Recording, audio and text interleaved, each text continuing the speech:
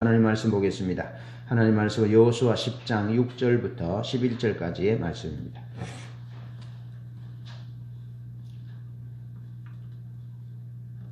여호수아 10장 6절부터 11절까지 한 음성으로 합독하겠습니다. 시작.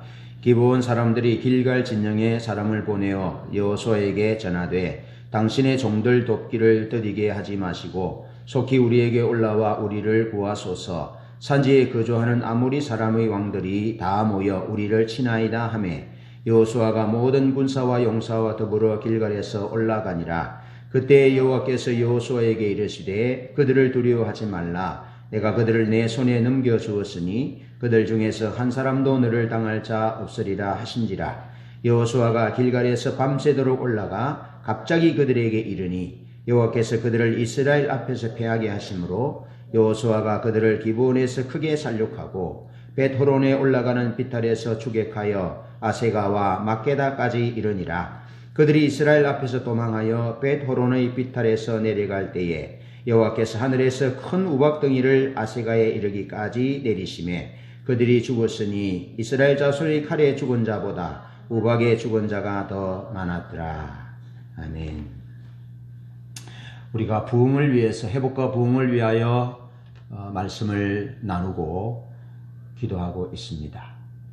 부흥은 한 지역이나 한 국가에 대규모 성령이 부어져서 한 지역과 한 국가가 영적인 죄악과 타락된 자리에서 근본적으로 돌이켜서 하나님께로 돌아오는 역사, 그 역사를 부흥이라 그럽니다.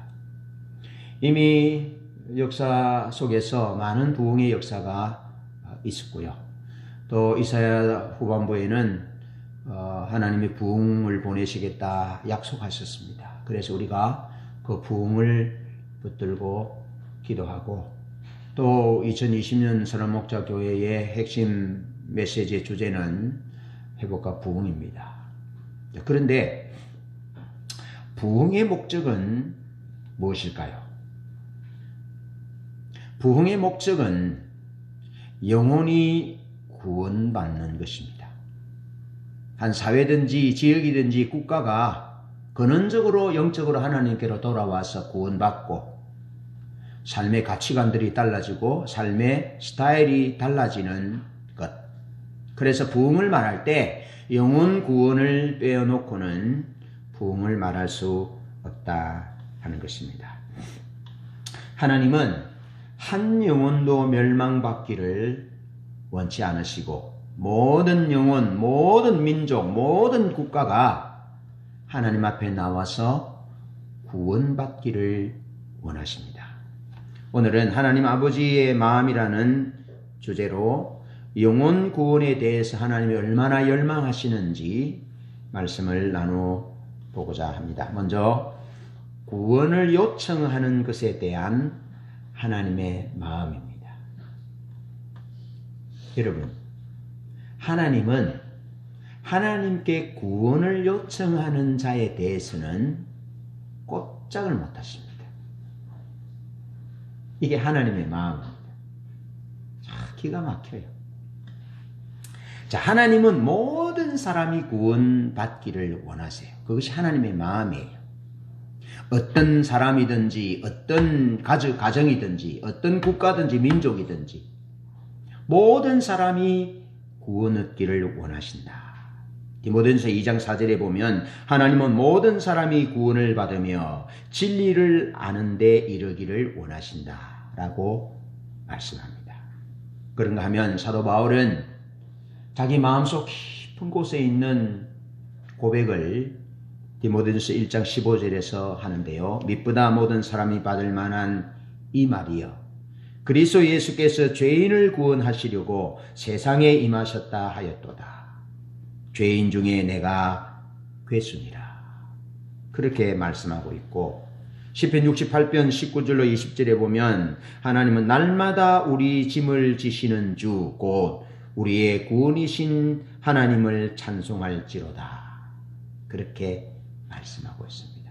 하나님은 모든 사람이 구원받기를 원하고 하나님은 날마다 우리가 구원받기를 원하셔서 우리의 짐을 지시는 분이다. 그렇게 말씀하고, 하나님은 죄인 중에 괴수도 만나주셔서 그가 구원 얻을 수 있도록 긍휼과 자비를 베푸시는 좋으신 아버지이심을 성경 곳곳에서 우리에게 말씀해 주고 있습니다. 사실 우리 주님은 이 땅에 오셔서 잊지 못할 말씀을 우리에게 하시잖아요. 이스라엘 사회 가운데 소외당하고 배척받고 인간 이하의 취급을 받던 사람들을 향해서 주님이 구원의 손을 내밉니다. 찾아갑니다. 식사도 함께 하지 하고 상종하지도 않는 그런 매국노 같은 사람에게 찾아가서 예수님이 그들과 함께 식사하시고 그들을 만나주시고 그들의 눈을 봐주시며 그들의 이름을 불러주시면서 그들에게 구원의 선물을 주십니다. 그럴 때 유대인 종교 지도자들은 그것이 못마땅했어요. 죄인들이 하나님의 심판을 받아서 멸망해야지 저 죄인들과 상종하고 식사하고 구원을 선포하고 하는 예수님의 행위에 대해서 참 못마땅했습니다. 그래서 예수님을 노골적으로 반대하고 핍박하고 방해하고 그렇게 했죠. 그때 주님께서 참 가슴에 사무치는 말씀을 해주시잖아요.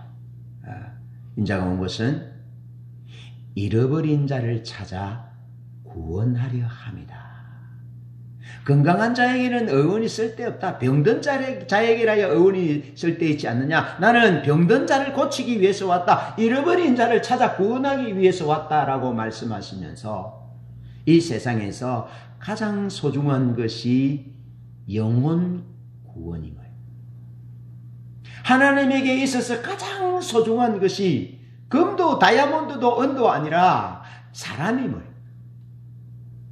죄인이 하나님께로 돌아와 구원받는 것이 하나님에게 있어서 가장 소중하고 값진 것임을 주님이 우리에게 말씀해 주고 계십니다. 하나님은 모든 사람을 용납하십니다. 하나님은 모든 죄인을 용납하십니다. 이것이 우리를 향한 하나님의 마음입니다.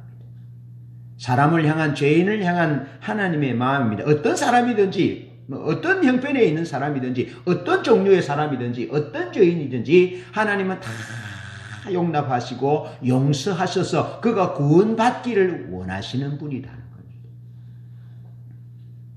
여러분, 사도행전 9장 1절로 18절에 보면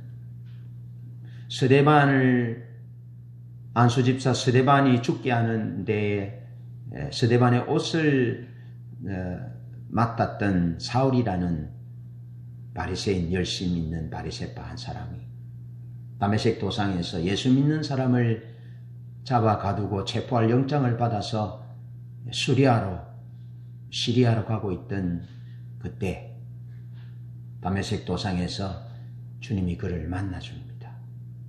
그는 살인자입니다. 그는 예수 믿는 사람들을 잡아 죽이는 일에 앞장섰고, 그가 고백하기를 그는 죄인 중에 괴수라고, 핍박자고 포행자고, 교회를 잔멸하는, 교회를 아예 그냥 씨를 말리게 하는, 문을 닫게 하는 그런 일에 앞장섰던 사람이 사울이라는 사람입니다. 그런데 그런 사울이라는 사람을 사도행전 9장에 주님이 찾아주십니다. 그러면서 사울아 어찌하여 네가 나를 핍박하느냐? 사울이 핍박한 것은 예수님을 핍박한 것이 아니라 예수 믿는 성도들을 핍박했거든요. 그냥 두면 될 텐데, 그냥 두면 예수 믿는 사람들을 핍박하다가 나쁜 놈, 교회를 잔멸을 하며 나쁜 짓을 하는 이놈 지옥 가면 될 텐데, 고소할 텐데, 하나님은 그런 자도 지옥 가기를 원치 아니하시고 그런 핍박자요, 포행자요, 죄인 중에 괴수 같은 사울도 하나님이 하나님 품으로 돌아와서 구원받기를 원하셔서 기다리시다가 더 안 되겠다 여기셨는지 다메섹 도상에서 그를 만나줍니다. 해보다도 더 밝은 빛으로 만나주면서 음성으로 사울아 네가 어찌하여 나를 박해하느냐? 라고 말씀합니다. 그때 사울이 말에서 떨어져서 누구십니까? 당신은 누구십니까? 그때 나는 내가 핍박하는 예수다. 얼마나 놀랬겠습니까? 아마 빛을 봐서 눈이 어두워지기도 했지만 너무 큰 충격으로 인해서 사울이 아마 앞을 보지 못하는 그런 충격에 쌓였을 것입니다. 사람이 너무 충격을 받으면 앞이 안 보이기도 한다 하거든요. 예수가 살아나서 부활하신 예수가 다메섹 도상에서 빛으로 만나주니까 자기의 생각이 완전히 무너지는 거죠. 예수 믿는 사람들, 이 사기꾼들, 이 거짓말쟁이들, 예수가 죽었다가 살아났다고 믿을 수 없었던 거죠. 그래서 예수 믿는 사람들을 거짓말쟁이요, 자기의 유대교를 어렵게 하는 그런 무리의 사람들이라 여기고 잡아서 가두고 죽이고 그런 일이 앞장섰던 사울을 주님이 만나주십니다. 친히 만나주셨습니다. 이 주님은 저를 친히 만나주셨습니다. 저를 만나주셨습니다. 목사님들과 지난 주간에 대화하면서 주님이 저를 만나주지 아니하셨더라면 나는 죽었을 것이다. 나는 벌써 죽었을 것이다. 다른 분들도 그렇게 고백하더라고요. 나도 예수 안 믿었으면 주님이 나를 만나주지 아니하셨더라면 나는 어떻게 됐을 것이다. 그렇게 말씀하세요. 주님이 저를 만나주시고 주님이 우리를 다 만나주셨지 않습니까? 만나주셔서 우리가 여기 있는 것이죠. 혹 주님을 인격적으로 못 만나셨다면 가장 시급하고 중요한 것이 주님을 만나는 일입니다. 주님을 만나지 못하면 주님을 떠나게 되어 있습니다. 주님이 내 생명을 위하여 십자가에서 피 흘리시고 자기의 목숨을 주셨고 주님이 성령을 보내셨고 죽기까지 나를 사랑하셨다는 그 예수 그리스도가 나를 사랑하신다는 사실 인격적으로 만나야 합니다. 혹은 성령의 능력으로 은사로 만나야 합니다. 그래서 만나지 못하면 주님을 떠납니다. 만나지 못하면 주님을 핍박하는 자가 될 수 있습니다. 핍박자 사울을 주님이 만나주었다. 그는 살인자였다. 그는 스스로 고백하기는 나는 죄인 중에 괴수였다. 이 죄인 중에 괴수인 나를 하나님이 일체 오래 참으심으로 나에게 긍휼을 베푸셔서 나를 구원하셨다라고 말씀하고 있습니다. 살인자를 구원하시는, 용납하시는 하나님의 마음을 볼 수 있기를 바랍니다. 그러면서 사무엘하 11장과 12장에 보면 가늠한 다윗이 나오거든요. 다윗이 그 충신 우리아의 아내 바세바를 범하고 또 충성스러운 신하 우리아를 전쟁의 가장 치열한 곳에 앞세워서 죽게 하는, 청부 살해를 하는, 가늠한 것도 모자라서 그 남편까지 죽이는 죄인 중에 죄인이요 포악한 자입니다. 얼마나 나쁜 자인지 모릅니다. 여러분, 우리가 그 형벌을 받을 때, 판사로부터 이렇게 재판을 받을 때 우발적으로 이런 범행을 저질렀느냐, 충동적으로 그리 했느냐, 계획적이었느냐에 따라서 그 벌은, 그 무게는 다 달라지잖아요. 그런데 다윗은 의도적으로, 계획적으로 가늠하여 임신하잖아요, 바세바가. 그러니까 그 임신 사실을 숨기기 위해서 남편을 휴가를 줍니다.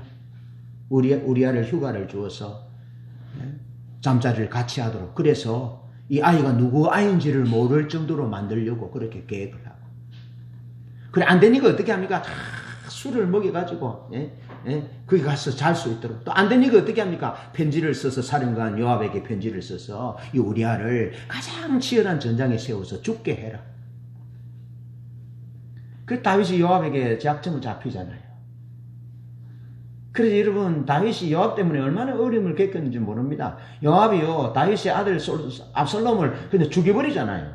죽이지 말아야 했는데 요압이 죽입니다. 그리고 아브넬도 죽이고 막 죽이잖아요. 약점이 잡혔거든요, 약점은. 여러분, 사단은 우리의 약점을 잡습니다. 우리의 부족한 부분들 약점을 잡아서 우리를 넘어뜨리게 하는 거죠. 그때일지라도 우리는 하나님 앞으로 나아가야 되는 거죠. 주님 앞으로 나아가야 되는 거죠. 그래, 나는 그런 자야. 나는 실수가 있는 자야. 나는 연약한 자야. 나는 이런 죄가 있어. 그러나 예수님이 내 죄를 다担당하셔서 그러면서 그럴 때일수록 주님 앞으로 나아가야 되는 거죠. 간음자요, 충부 살해자인 다윗을 하나님이 얼마나 기다려줍니까? 1년 동안 기다려줍니다. 1년 동안 기다려서 아기를 낳을 때가 되니까 하나님이 하나님의 종을 보내서 그 아기가 죽을 거다라고 말씀하면서 비유를 들어서 다윗의 마음이 포악해지지 않도록 비유를 들어서 양의 비유를 들어서 다 마음을 열어서 당신이 그 사람이라고 그러면서 돌이키게 합니다. 여러분, 다윗이 우리가 믿음의 사람 다윗이라고 대단한 사람이라고 우리가 참 존경하고 존중하고 하지만 다윗에게도 이런 면이 있었어요. 간음한 자요, 살인자요, 충부 살해자요. 그런데 하나님은 그런 자도 용서하셨습니다. 그런 자도 용서하셨습니다. 그런 자도 멸망받지 않고 그런 자도 간음한 자요, 충부 살해한 그 충성스러운 우리아를 죽인 그도 완전 범죄를 저지르고 흉악한 윤계를 꾸몄던 그도 하나님은 구원받기를, 하나님의 풍성한 사랑을 누리기를 원하셔서 1년 동안 그를 기다려주시고, 사울도 오랫동안 기다려주시고 그러면서 만나주시고 그에게 은혜를 주셔서 그를 새롭게 일어날 수 있도록 하는 거죠. 그런가 하면 여러분, 누가복음 22장 61절과 요한복음 21장 15절로 17절에 보면 시몬 베드로는 비겁한 사람입니다. 그리고 겁쟁입니다. 그리고 사랑하는 스승을 자기 목숨이 위태로워서 죽을까 봐 배신했던 자입니다. 계집아의 앞에서 나는 모른다고, 예수를 모른다고 부인했고 맹세했고 예수를 저주하는, 자기가 살기 위해서 예수를 사랑하는 스승을 저주하고 부인하고 맹세하고 저주했던 비겁한 사람. 우리의 모습이지요. 여러분, 우리의 목숨이 하나이기 때문에 그런 상황 가운데 놓이면 어쩔 수 없습니다. 살아야 되잖아요. 그리고 내 혼자면 또 모르겠는데 아내도 있어요. 또 자녀도 있어요. 또 교회도 있어요. 그러니까 그 이런저런 계산에 자유롭지 못하고 그냥 부인하고 그 어떤 맹세하고 저주하는 그런 상황이 우리에게 일어날 수 있습니다. 그래서 주님은 그런 연약함을 아시고 그런 연약한 존재인 시몬 베드로를 아시고 주님이 디베라 바닷가에 만나주잖아요. 네가 또 언제 나를 부인할지 모르지만 그래도 주님은 베드로를 믿어주면서 내 양을 먹이라, 내 양을 치라, 그렇게 말씀하고 그를 용납해 주고 있는 거죠. 그를 불쌍히 여기시는 거죠. 죄인에 대한 이런 관점, 하나님의 관점으로 바꿔야 합니다. 죄인을 대하시는 하나님의 마음, 하나님의 관점을 이해해야 합니다. 그리고 그 관점이 우리의 관점이 되게 해야 합니다. 우리 믿음이 자라야 되면 여기까지 자라야 된다는 겁니다. 죄인을 보시는 하나님의 관점, 그 죄인이 하나님께 나와서 용서받고 구원받고 하나님의 그 놀라운 은택과 은총과 사랑을, 풍성한 사랑을 누리면서 살기를 원하시는 그 하나님 아버지의 마음을 담는 것, 거기까지 성장해야 된다는 겁니다. 여러분, 믿음이 좋다라는 것은 거기까지 성장되는 것을 말합니다. 믿음이 좋다라는 것은 그런 주님의 마음을 자기의 것으로 가지는 것입니다. 어떤 죄인이든지, 자기의 어떤 포악한 짓을 했든지, 자기 가족들에게, 자녀들에게, 자기에게 얼마나 못된 짓을 했다 할지라도 결론은 주님의 마음으로 그가 구원받기를 기다려주는, 기회를 주는. 그래서 공산군이 자기 아들을 죽였는데 그 아들을 죽인 공산군을 양자 삼아서 용서한 목사님, 그분이 손양원 목사님인데 그분의 별명을 사랑의 원자탄이라 하잖아요. 어떻게 이런 일이 있을 수 있겠습니까? 세상에는 이런 일이 있을 수 없습니다. 기대하지도 않습니다. 그러나 교회에는, 하나님의 나라에는 이런 일이 있습니다. 왜? 하나님 그분이 그런 분이기 때문에 하나님을 믿는, 예수를 따르는 그 제자들이, 성도들이 그 예수 그리스도를 본받아서, 하나님을 본받아서 원수를 사랑하는 자리까지 가는 거죠. 어떤 흉악한 범죄자도 그 예수가 필요해. 그 구원이 필요해. 용서가 필요해. 그러면서 하나님의 관점으로 보는 것, 그런 마음을 가지는 것이 우리의 마음이 되어져야 한다는 겁니다. 하나님은 어떤 죄인도, 동성애자도, 극단적 이슬람주의자, 테러범도, 어떤 이방인도 하나님은 구원받기를 원하시는 것입니다. 이 영혼 구원에 대한 하나님의 마음으로 우리의 마음을 넓혀야 하고, 이런 영혼 구원에 대한 하나님의 마음을 가지지 못한다면 우리는 하나님을 제대로 믿는다 할 수 없습니다. 좁은 길, 주님의 길을 선택할 수 없습니다. 따라가기가 어렵습니다. 이 주님의 마음을 이해해야 되고, 이런 관점이 바뀌지 않으면 어쩌면 바리새인들처럼 하나님의 역사 가운데 일하시는 하나님의 관점을 보지 못하고 성령을 해방하는 자리에 놓여날 수 있음을 기억해야 합니다. 하나님은 어떠한 죄인도 용서하신다.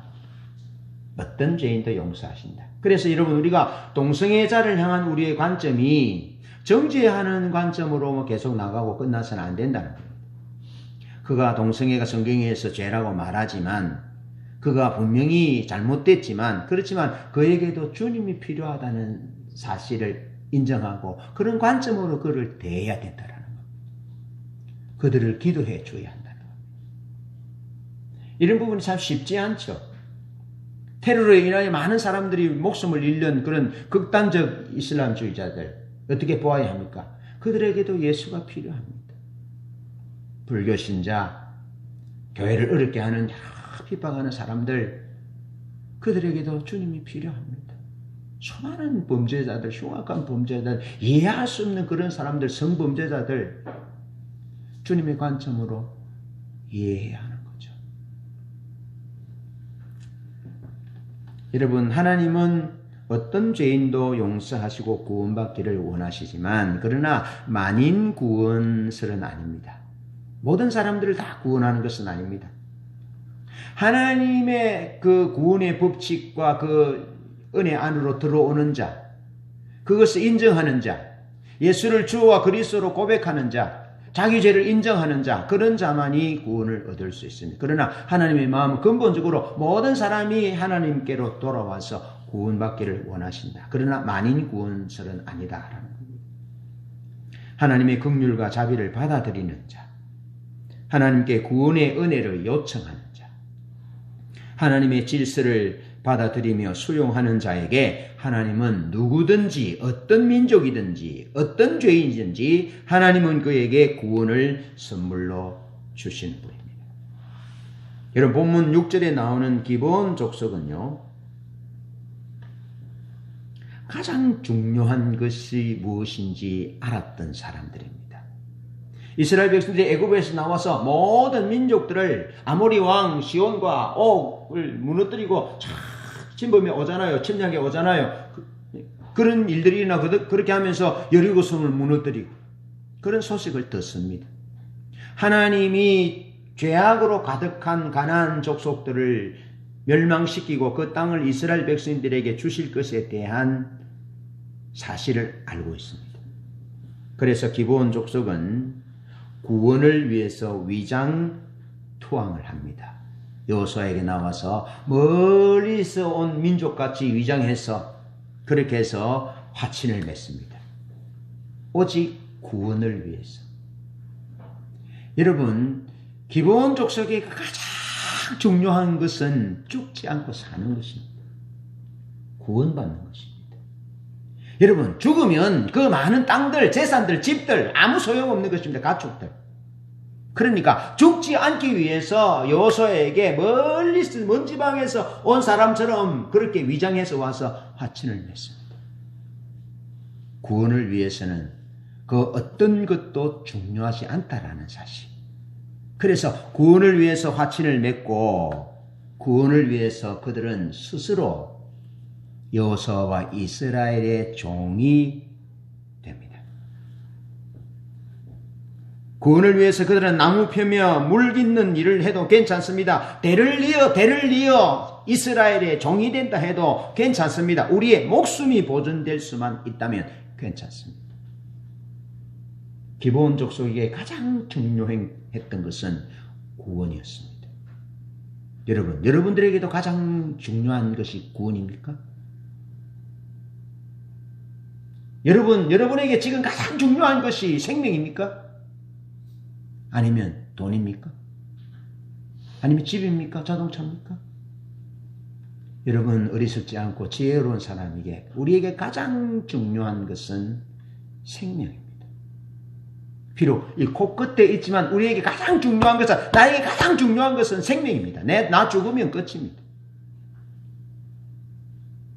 기브온 족속은 이 구원이 가장 중요한 것을 알았고, 이 구원을 위해서 종이 돼도 괜찮습니다. 물 깃고 나무 패는 자 돼도 괜찮습니다. 대를 이어 종의 신세를 벗어나지 못한다 할지라도 괜찮습니다. 우리가 죽지 않고 살 수만 있다면, 그러면서 여호수아와 화친을 맺습니다. 이런 자세가 필요하다는 겁니다.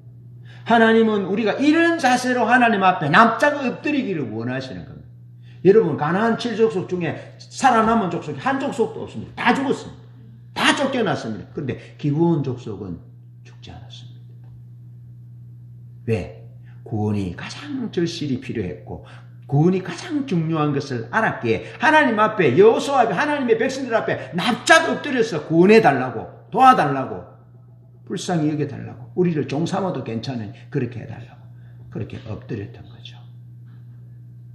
여러분, 우리 사랑하는 주님이 제자들을 부를 때 제자들이 어떻게 합니까? 배와 그물을 버려두고 다 버려두고 주님을 따르잖아요. 예수님에게서 보화를 발견했거든요. 예수 그리스도 그분이 생명인 것을 발견했거든요. 그래서 모든 것을 버리고 주님을 따랐거든요. 그 자세가 필요하다라는 거죠. 여러분, 신명기 23장에 보면 모압과 암몬은 영원히 여호와의 총에 들어오지 못한다라고 기록하고 있습니다. 왜냐하면 이스라엘 백성들이 모압에 와서 모압 사람들의 유혹으로 인해 바알볼에 가담하여 24,000명이 죽잖아요. 24,000명이 죽습니다. 그래서 비느하스의 질투가 아니었다면 어쩌면 연병으로 인하여 이스라엘이 전체가 다 죽었을지 모릅니다. 그런 연병을 퍼뜨리게 했던 그 장본인이 모압이에요. 모압과 암몬은 형제잖아요. 그래서 그런가 하면 모압과 암몬은 그 족속이 그 아버지와 딸이 잠자리를 같이 해서 태어났던 롯의 후손이잖아요.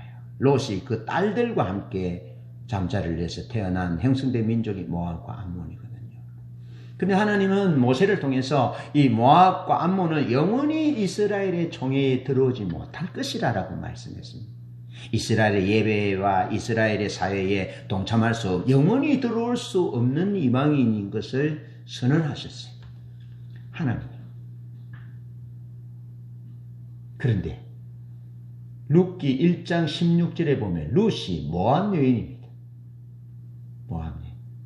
나오미가 동서 오르바처럼 너도 가라. 네가 젊어서 이제 재혼을 해야 되는데 내게는 씨가 없다. 내가 다른 결혼을 해서 아기를 낳는다 하자. 그러면 어떻게 기다리겠냐. 그래서 네 동족에게로 돌아가서 재혼해라. 행복하게 살아라 하니까 동서 오르바는 떠나갔고 룻은 그 어머니에게 이렇게 말합니다. 어머니, 나로 어머니를 떠나 돌아가라 강권하지 마옵소서. 어머니께서 가시는 곳에 나도 가고 어머니께서 죽으시는 곳에 나도 죽어 묻힐 것입니다. 어머니의 백성이 나의 백성이 되고 어머니의 하나님이 내 하나님이 되시리니 나로 어머니를 떠나 돌아가라 강권하지 마옵소서. 그러면서 유대인 그 어머니 나오미를 붙잡습니다. 그래서 베들레헴으로 돌아옵니다. 베들레헴으로 돌아와서 그 어머니를 위해서 모압 여인 룻이 보리 이삭을 줍고 어머니를 복양하고 어머니를 복양합니다. 그러다가 우연히 친족 보아스의 밭에서 이삭을 줍지 않습니까? 그때 보아스가 하는 말이 이 말입니다. 네가 너희에 대한 소문을 듣고 있다. 네가 다른 젊은 여자들처럼 행실이 불량하지 않고 네가 아주 정숙하며 네가 네 어머니를 위해서 효도하며 아주 지극정성으로 살아가는 네 소문에 대해서 듣고 있다는 것에 대해서 말하면서 이렇게 말합니다.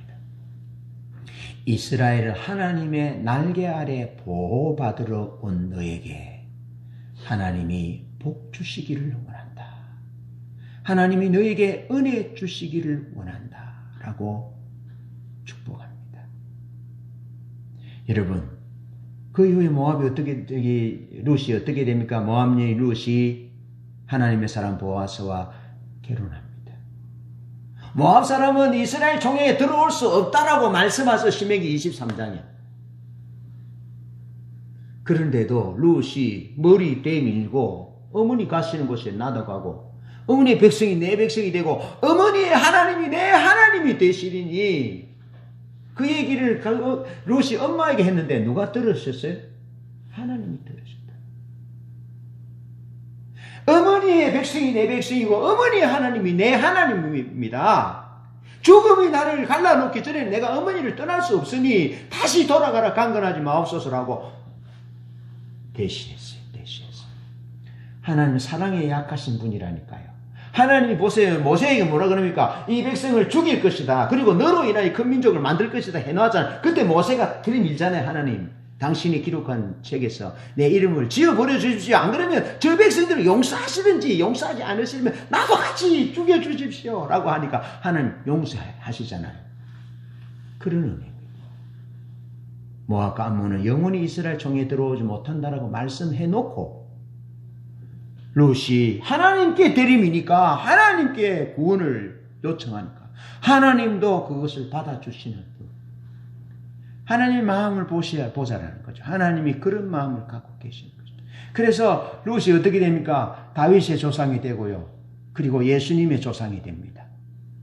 예수님의 족보를 보면 룻의 후손으로 다윗의 후손으로 다윗이 룻의 후손으로 예수님이 다윗의 후손으로 족보로 그렇게 이 땅에 오셔요. 이 하나님의 신비, 이 하나님의 비밀, 하나님께 우리가 허물이 있고 부족이 있지만 하나님께 구원을 들이밀고 하나님 나를 구원하여 주십시오. 하나님 나를 용서해 주십시오. 하나님 나를 불쌍히 여겨 주십시오. 나를 도와주십시오. 라고 들이밀면 하나님 약하신 분이라는 거예요. 이 아침에 이 사랑이 우리를 압도하잖아요. 이 사랑, 하나님의 사랑.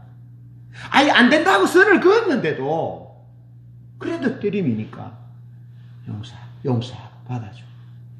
수로보니게 여인이 아이가 병들어서 그럴 때에 개 취급을 받잖아요. 자녀의 떡을 개에게 주는 것이 마땅하지 않게. 그래도 개도 주인의 부스러기에서 상에서 떨어지는 부스러기를 먹잖아요. 그러면서 때림이니까 예수님이 구원하시잖아요. 영혼 구원에 대한 하나님의 마음은 모든 것보다 약하게 무너지시는 분. 구원해 주십시오. 당신이 구원자가 아닙니까? 당신이 살려주십시오. 당신이 생명이 아닙니까? 당신이 도와주십시오. 당신이 우리의 도움이 아닙니까? 라고 하나님 앞에 도움을 구하고 구원을 요청하면 하나님은 두 손 드시는 분. 두 손 드시는 분. 그것을 알고 나가면 우리가 감히 죄인을 정죄하지 못할 것입니다. 어떤 죄인도 연약한 자도 다 용납할 수 있을 것입니다. 그런 은혜가 우리 가운데 있기를 축복합니다. 그러면서 하나님은 구원을 요청하는 자를 위해서 싸우시는 분입니다. 싸우시는 분. 그냥 룻을 받아주는 정도가 아니고 하나님은 구원을 요청하는 자를 위해서 싸우시는 분인데요. 하나님은 그것을 기뻐하십니다. 자, 기브온 족속이 아모리 다섯 연합 왕들로부터 큰 고난을 당하게 됩니다.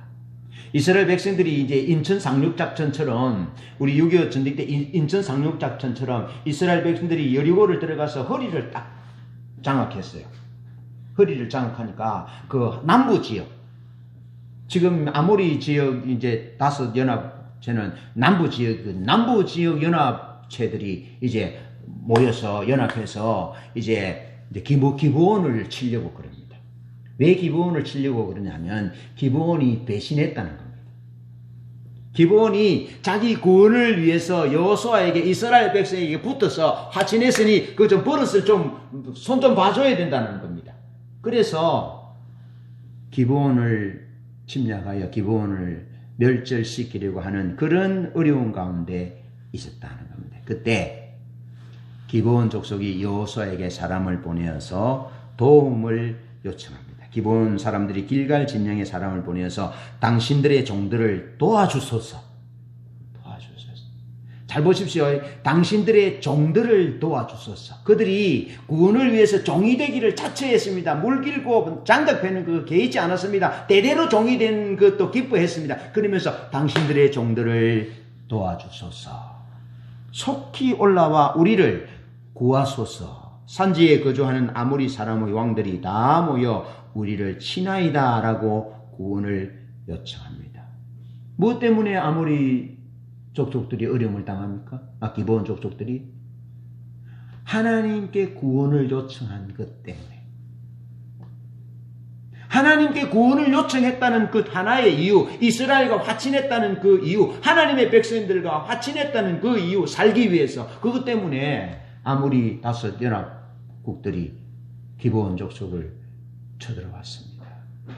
여러분, 우리가 예수 믿을 때 초기에 예수 믿는다고 얼마나 죽었는지 모릅니다. 일본은 예수 믿는 사람 얼마나 죽었는지 모릅니다. 우리나라도 얼마나 죽였는지 모릅니다.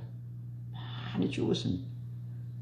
처음에 예수 믿는 사람들은 그런 어려운 고난을 당했습니다. 지금 우리가 집에서 혼자 예수 믿고 예수 믿을 때 여러 가지 어려움을 당할 수 있습니다. 그건 주님이 당하셨고 하나님의 사람들이 당했고, 오늘 기브온 족속도 하나님의 구원을 요청한 그 하나의 이유 때문에 어려움을 당하고 있습니다. 그래서 구원을 요청합니다. 이 구원의 요청을 받은 여호수아가 모든 군사와 용사와 더불어 길갈에서 기브온으로 올라갑니다. 자, 그런데 하나님이 기브온을 위해서 싸우시는 모습을 보면 참 감격스럽습니다. 먼저 하나님은 아모리 족속의 다섯 왕과의 전쟁을 위해서 여호수아를 독려하십니다. 8절 말씀에 보면 그들을 두려워하지 말라. 내가 그들을 내 손에 넘겨주었다. 그들 중 한 사람도 너를 당할 자 없으리라 라고 말씀합니다. 그러면서 하나님은 구원 요청을 해온 기브온 족속이 구원을 요청할 때 네가 내게 왜 묻지 않았느냐라고 따지지 않습니다. 그러니까 하나님은 적어도 하나님께 구원을 요청하는 부분에 대해서는 묻지도 따지지도 않으신 분입니다. 누구든지 주의 이름을 부르는 자는 구원을 얻으리라. 살인자든지 가늠한 자든지 어떤 죄인인지 배반자든지 비겁한지 어떤 사람들인지 어떤 민족이든지 어떤 개인이든지 가정이든지 가문이든지 개의치 아니하고 하나님께 구원하여 주세요, 도와주세요 하는 자는 하나님은 용서하시는 거예요. 무조건 받아주시는 거예요. 여러분, 우리 같으면 그럼 따질만 하잖아요. 재수 없이 좀 물었으면 우리가 이 전쟁에 안 휘말릴 텐데 묻지도 않고 따지지도 않더니 잘하더니 하필이면 왜 그랬냐고 따질 수 있는데, 하나님은 한 번도 따지는 부분이 없습니다. 왜 기브온 족속이 거짓말을 했느냐? 따지지 않습니다. 하나님은 자기에게 구원을 요청하는 자를 기뻐하시는 분임을, 도움을 요청하는 자를 기뻐하시는 분입니다. 여러분, 우리가 사업을 위해서, 학업을 위해서, 여러 가지 직장과 우리의 삶을 위해서 하나님께 도움을 요청하세요. 하나님께. 하나님 도와주세요. 내가 지금 죽게 됐습니다. 도와주세요. 하나님께 요청하는 것을 기뻐하세요. 간절히 요청하기를 하나님 기다리세요. 우리가 일하면 사람이 일할 뿐이지만 우리가 기도하면 하나님이 일하신다. 하나님께 도움을 구하세요. 우리 하나님은 구원자이시고 내가 산을 향하여 눈을 들리라. 나의 도움이 어디서 있고 나의 도움이 천지를 지으신 여호와에게서로다. 여호와께서 낮의 해와 밤의 달이 우리를 상치 않도록 하나님이 지키시고 보호하시고 우리를 도우시니까 그 하나님께 도움을 구하자. 도움을 구해보세요. 안 구해서 문제지. 적극적으로 한번 구해보세요. 죽기를 각오하고 기본 족속들처럼 한번 각오하고 구해보세요. 구원 외에 더 귀한 것이 없습니다라고 납작 엎드려서 구하니까 하나님이 따지지도 않고 그들을 위해 싸우시잖아요. 여호수아, 사령관 여호수아를 보냅니다. 그러면서 하나님이 여호수아에게 담대해라 말씀하시고 그들을 두려워하지 말라. 내가 그들을 내 손에 넘겨주었다. 그들 중 한 사람도 너를 당할 자가 없을 것이다 라고 하나님께서 말씀하셨어요. 그러면서 여호와께서 이스라엘 앞에서 아모리 족속 연합 5 왕들이 패하게 하셨다. 10절에 여호수아가 크게 살육하게 하시고 11절 벳호론 빗달길에서 내려갈 때에 여호와께서 큰 우박덩이를 내리셔서 아모리 연합군들을 물리치셨다. 11절 하반절에는 이스라엘 자손의 칼에 죽은 자보다 우박에 죽은 자가 더 많았다라고 기록하고 있습니다. 뿐만 아니라 하나님은 초자연적인 역사로 기브온 족속의 구원 요청을 도와주십니다. 12절로 14절에 보면 하나님이 여호수아의 기도를 들으시며 태양아 너는 기브온 위에 머물러라. 달아 너는 아얄론 골짜기 위에 멈춰서라 라고 여호수아가 기도하잖아요. 그런데 야사렛에게 그대로 기록됩니다. 하루 종일 해가 중천에 떠서 내려가지 않았어요. 아무리 5 연합 왕 군사들을 멸하기까지 해가 중천에 떠서 내려가지 않아요. 그 말은 지구가 멈췄어요. 지구가 멈췄어요. 지구가 돌리는 힘을 내가 책에 보니까 얼마나 정확한지 모르겠습니다만 말 13만 마리가 끌어야 돌아간다네요. 그렇게 좀 피부로 와닿잖아요. 말 13만 마리가 돌려야 돌아가요. 그런데 하나님이 지구를 멈추어서 기브온 족속을 위하여 싸우신 하나님. 절대로 낙심하지 마십시오. 절대로 인생을 비관하지도 마시고 초조해야 하지도 마시고 하나님은 자기에게 구원을 요청하는 그 이방인 기브온 족속을 위하여 초자연적인 역사로 싸우시는 분, 우박덩이를 내려서 싸우시는 분, 그분이 우리의 아버지시라고요. 그분이 우리의 하나님이시라고요. 아멘. 절대로 낙심하지 마시고요. 아파하지 마시고 힘들 때 하나님께 구원 요청을 하면 됩니다. 그러면 하나님이 우리를 위하여 싸우셔요. 14절은 이렇게 말합니다. 여호와께서 이스라엘을 위하여 싸우셨다라고 기록하고 있습니다. 여러분, 그날 아모리 5 왕들과 싸울 때 그날 하나님은 하루 종일 싸우셨어요. 하루 종일. 태양아 너는 기브온 위에, 달아 너는 아얄론 골짜기 위에 멈춰서라. 그랬더니 하나님이 여호수아의 기도를 들으시고 딱 멈췄어요. 지구가 돌아가는 게 그것이 멈췄어요. 그리고 하루 종일 싸우셨다니까요. 여호수아가 싸웠지만 사실은 그날 하루 종일 하나님이 기브온 족속의 구원을 위해서 싸우셨다고요. 우리 사랑하는 주님이 우리의 구원을 위해서 갈보리상의 십자가에 못 박히셔서 얼마나 싸우셨습니까? 하루 종일 싸우셨어요. 하루 종일.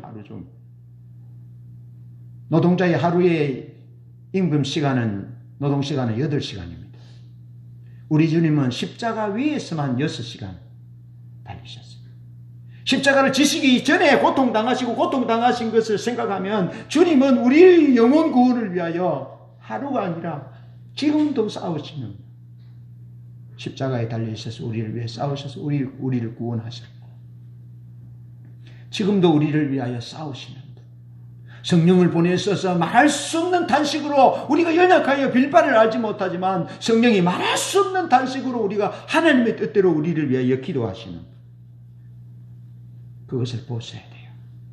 그러면서 여호수아 23장은 여호수아 마지막 말이 기록되어 있는데 여호수아의 가슴에 사무치는 말이 나옵니다. 그것은 여호수아 23장 1절로 16절 가운데 나오는데 16절 가운데 무려 13번이나 너희의 하나님 여호와께서 그러면서 그 중에도 여호수아 23장 3절 10절 보면 너희의 하나님 여호와 그는 너희를 위하여 싸우신 이시니라. 너희의 구원을 위하여 너희의 행복을 위하여 싸우신 이시다. 너희 앞에 강대한 나라들을 쫓아내셨으므로 너희가 맞선 자가 하나도 없었느니라. 여호와께서 너희를 위하여 싸우셨으므로 너희를 대항하여 맞선 자가 하나도 없었느니라 라고 말씀합니다. 이게 여호수아의 평생에 사무친 말이에요. 그것을 유언으로 얘기하고 있습니다.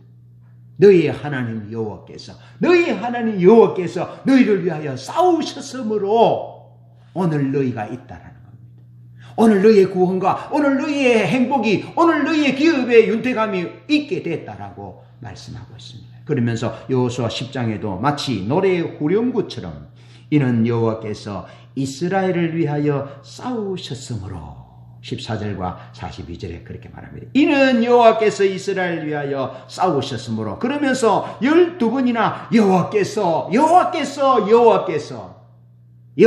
말씀하시고 여호와께서 아모리 다섯 왕들이 패하게 하셨고 여호와께서 우박덩이를 내리셨고 여호와께서 그들을 너희 손에 넘겨주셨고 여호와께서 여호수아의 목소리를 들으셨고 여호와께서 너희를 위하여 싸우셨고 여호와께서 그들을 너희에게 넘겨주셨다. 여호와께서 너희를 위하여 싸우셨다. 그는 너희를 위하여 쉬지 아니하시는 분이다. 너희의 구원과 너희의 행복을 위하여 쉬지 않고 싸우시는 분임을 여호수아의 평생의 가슴에 사무치도록 새겨진 말씀입니다. 사건입니다.